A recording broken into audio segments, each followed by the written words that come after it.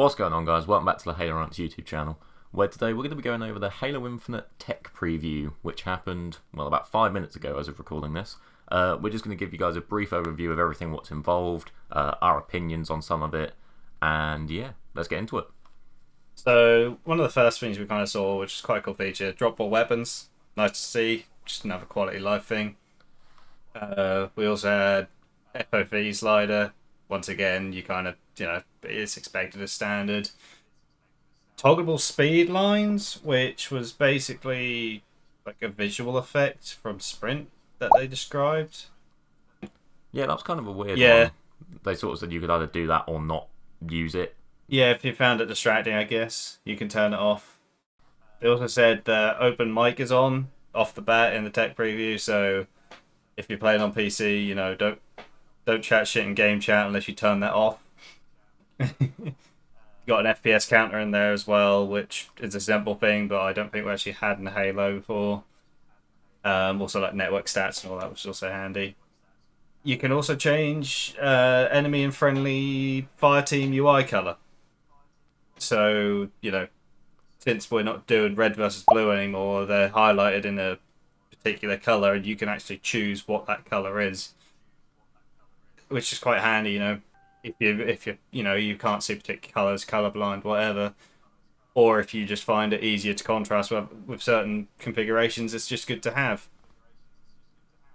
Yeah, it seems like a change which isn't essentially, well, it's not essential, but it's sort of an option that is nice to have. It's nice to be added to the game. Yeah. Moving on though, they sort of segmented this quite well. So you had the initial sort of tech stuff, and then you had a big old customization thing. Now some of that looked very cool. As they initially said, and they've said many times before, the battle pass is going to be player first, so there's no fear of missing out.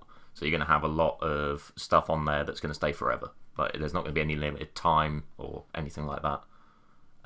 When you do, if you've gotten into this at all, if you do get on the Halo Infinite tech preview, you'll get tech credits, which allows you to buy, by the looks of it, a battle pass and various armors and customizations. Basically, they're giving it to you for free. You've just got to go out of your way to buy these things. You can obviously change your armor in the preview, which is what you want to do. You want to be able to customize yourself. A main way they've done that is with Arma Cores. Now, it's a little bit of a different system than what we used to. You essentially have a base armor. So, for example, that samurai armor that they showed off, and you can change little attachments to it. So, for example, you could add a sword to it. You could add a different shoulder pads, a different thing across your chest. It looks very cool, and it does allow you to really give your armor a bit of uniqueness, I suppose. Yeah, no, it does. It kind of keeps you to a particular style, I guess, but you can then tweak that style to how you prefer. Yeah. Yeah, no, it's all good stuff. No complaints as of yet. Continuing on, body types and AI. So we sort of already know this. You can have prosthetics. It looks like you can have a lot of prosthetics. Like, you can have pretty much all of your limbs as a robot if you want, which is cool. Look a little bit like Cat from Reach, I suppose, if you want to go down that route.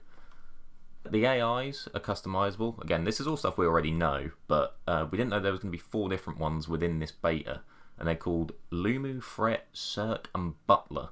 So you got some weird name ones, but they all have different colours and obviously different sort of characteristics and obviously different voices. Again, purely just adding on this uniqueness and sort of variation that people obviously want. My money's on Butler being British. I reckon Butler's probably British. Yeah, that'd be pretty cool. They showed off a lot of different armor coatings. These seem to have varying sort of rarity. So you could sort of see as it was stapling up, like you had like green, purple, golds, things like that. That's the same with most games now, isn't it? You have different rarity on items. With the armor kits, it looks as if you can base some on legacy characters. One of the devs said that you could have George as like the base sort of armor kit. So presumably in the full game you'll have all of Noble Team and Chief and whoever. They'll bring out loads, you'd have thought. But that's just quite interesting. So that they've allowed you to almost cosplay as your favourite Spartan if you really want to. Yeah, no, that'll definitely be nice to see. Like, you can actually, just pick a character that already exists in the lore, and you don't have to try and piece it together yourself.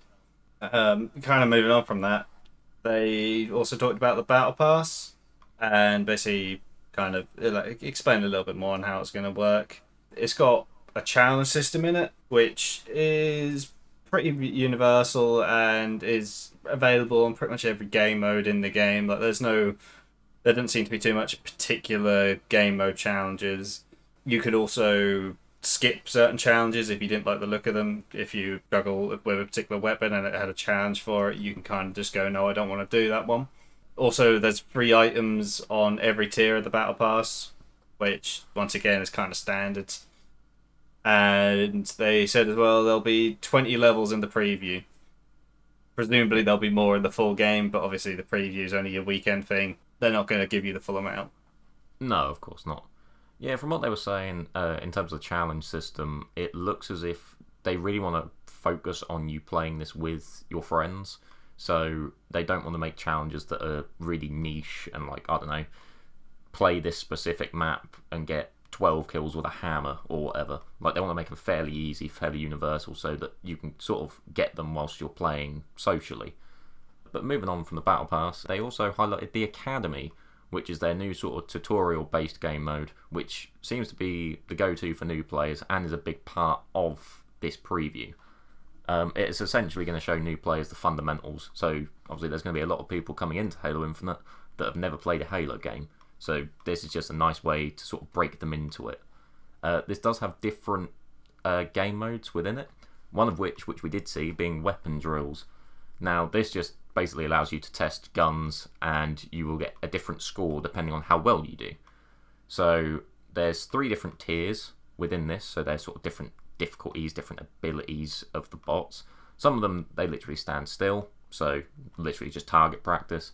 You've got some where they move around at a simple level, they're literally just running forward. And then a third mode, which we did see, where they're a little bit more advanced movement, it's a bit less predictable. So it's a little bit more realistic as to how a game of multiplayer would be. Yeah, they're still not shooting back at you or anything, but they're kind of, they're ducking in and out of cover, they're changing their direction of movement periodically. It's not just a surefire, he's going to be there in that corner in that time frame. Yeah, each of these weapon drills did have different gradings to show their own ability with the weapon to the player, which again is good. It shows if you've actually picked anything up. Another thing that new players are going to want to do if they're intimidated by matchmaking, potentially. There is also a training mode where you just play against bots and they actually do shoot back at you. So that's obviously going to help improve your skills as well. They'll use like motion trackers, like pre-grenade areas, and really try and emulate sort of like a realistic match-made experience, which is good. That's the only way to get people to learn how to play the game. Another thing they did show is location-specific indicators of damage. So essentially, as you'd have seen in the weapon drills, when the developer was getting headshot, you saw a big red blob where the head was, or if it was hitting them in the upper chest, you saw another red blob there. This is very cool because it shows A, how accurate you are, and B, the level of damage that you're actually doing, and it's a little bit less RNG related, which it's been in Halo games way gone back. But them physically showing you where you hit is a very interesting way of expressing the actual ability of the gun and the ability of the player. Yeah, it stops you sitting there and going, how the hell wasn't that a headshot? Well, you shot them in the arm, you shot them in the shoulder, or yeah, there's going to be you aimed a bit too low. There's going to be a lot less like, oh, that was bullshit, I hit him in the head. Like, come on, you can literally see where you've shot them. There are different levels to these bots, and so far what we've heard is there's Recruit, among also there was ODST and Spartan level bots. I think there was another one, but I'll be honest, I missed it in the Marine. Marine, that was it. Recruit, Marine, ODST, Spartan. Yeah, and again, as the weekend goes on, they've said that they will introduce ODSTs and Spartans if you get X amount of kills during this tech test, essentially. So we'll definitely see those probably come Sunday, you'd have thought. Yeah, you'd imagine so. Moving on from that, their kind of final wrap-up of the stream, they said that Classic 4v4 will be available. They mentioned there might be a bug where sometimes you get matchmade 4v3, but that missing player will get filled in basically as a back queue eventually. Also, there's no split screen in the preview, which for most people probably ain't a problem. For us, it's a bit of a pain because only one of us have been invited, but oh well, we'll live with Yeah, that kind of sucks. But it. And one other thing, which they've kind of said is for a quality of life thing, is assassinations aren't in the game on launch. yeah, that's a bit of a shame. Their reasoning behind it was basically on a pro level, like you don't want assassinations, like you just want, you want to punch them in the back, run off. You don't want to be stuck in this fixed animation where you can get shot. And they said that apparently a lot of the time people forget to turn it off or whatever in pro level scenes, which I get is understandable, but I feel like it still would have been nice to see. Oh, absolutely. There were some really nice animations in Halo 5. It's kind of disappointing that they're not in this game. Yeah, that was sort of a real silver lining of that game, were some of the assassinations. That could potentially warrant its own video. We'll have to sort of see. But in terms of the tech preview, I think that was pretty much it. We're just sort of looking forward to playing it now over the weekend. Yeah, I guess we'll hopefully be playing that this weekend and be seeing you guys on there too. Yeah, we will be playing it on Twitch and streaming it because, why wouldn't we? But yeah, in terms of this video, thank you guys ever so much for watching. Make sure you do like, subscribe, all that good stuff. Give us a follow on Twitch if you do want to see us actually play it. We'll definitely be making videos constantly about all of it, probably. And we will see you guys in the next one very soon. We'll see you guys later.